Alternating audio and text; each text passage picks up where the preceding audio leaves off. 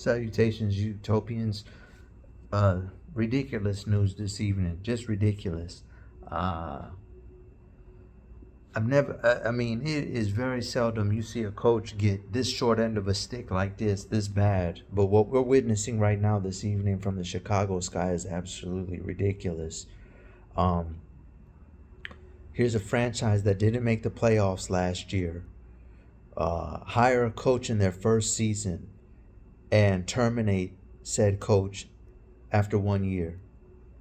I don't know too many situations where a coach gets fired after one season. You got to go like in the NFL, like Frank Wright got fired in the first, twice in half a year, which doesn't even make sense. Some weird, bizarre nonsense.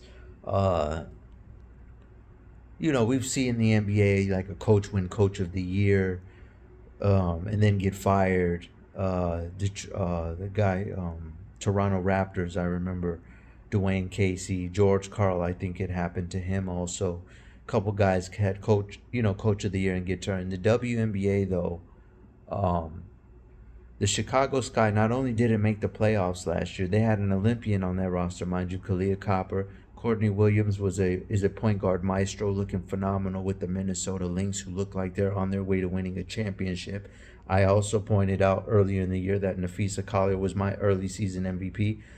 Obviously, AJ Wilson's having a phenomenal year, hit 1,000-point mark, first ever to do so. But Nafisa will probably get the last laugh and win Finals MVP, and they win the championship.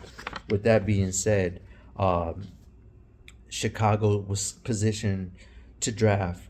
They had 2 top 10 picks in the lottery. First of all, tell me what franchise has 2 first-round picks in the lottery, right? So does the Sparks this year. They had 2 last year, if I'm not mistaken. So they took Rickea Jackson and Brink, fired their coach. The Chicago Sky, the same thing.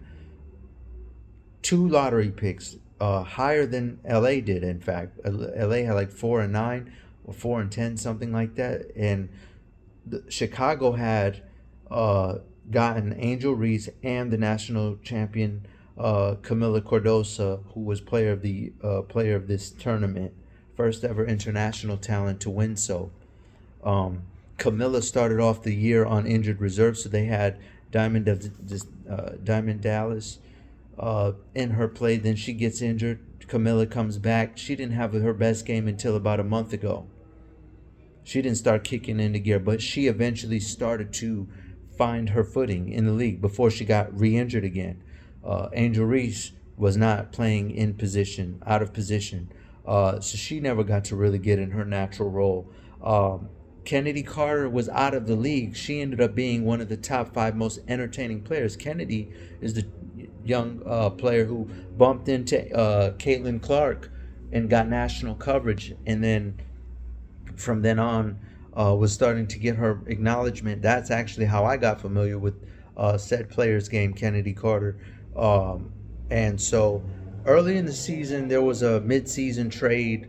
Marina Mabry was traded away, and it raised a lot of eyebrows because there was some definite attention being seen after regarding her, why she left and why she wanted out. People said she forced her way out. Now she's on Connecticut, who sent Indiana home.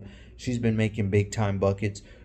Marina signed one of the most lucrative contracts in WNBA history and was essentially expected to be the leader of the team. However, she is just not a point guard, lead guard person, and now she goes to Connecticut. They have a point guard by committee, but Alyssa Thomas led the league in assists, so it allowed her to move off ball, and she's been shining ever since. It's just been very chaotic. It seems like a Darvin Ham situation where you're expecting a coach to coach around this rookie, who's coach around this phenom who's got all these records, i.e. like LeBron when he was going for the scoring title, rebounds, assists, all these different stats, and in the same time you're expecting a head coach to be somehow supposed to coach around that. Now he's obviously landed on the coaching staff with the Milwaukee Bucks, who I expect to be a lot better than where they were last year, but still. And now you got the same thing going on. You look, Teresa's old teammate on the Liberty, Becky Hammon, yes, she got spent 7 years under Coach Popovich, first female coach to ever grace the NBA sideline, and she immediately walks into Mark Davis, Tom Brady owned Las Vegas expansion Raiders, and they go on a 2 championship run working on a three-peat, which looking very grim. I got the Liberty defeating them, but perfect situation.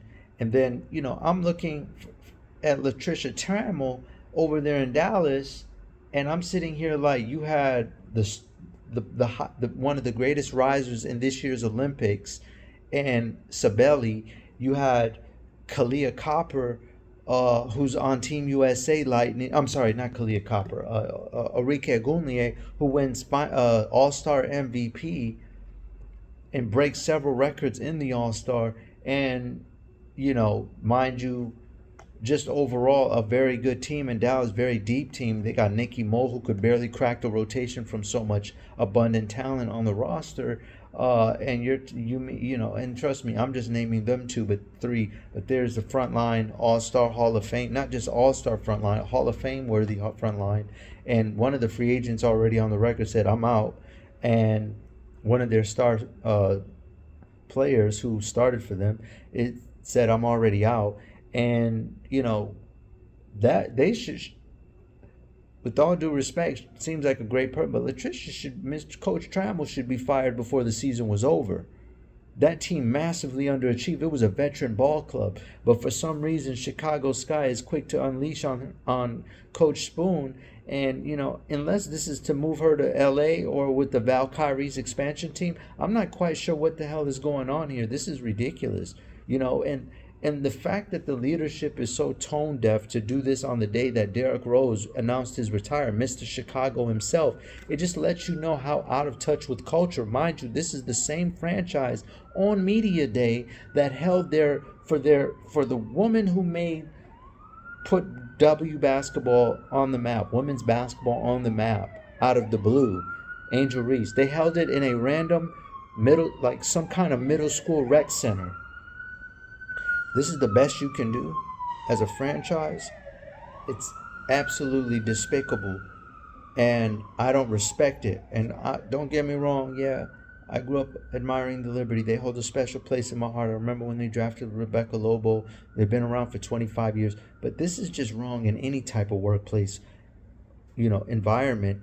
And the whole situation has been bizarre, and I'm going to tell you, my eyes are gone. If they let Kennedy Carter hit free agency and she goes elsewhere, I don't even want to watch this guy, because they throw up more bricks in Chicago than freaking Big Meech. I can't watch it. It's too much.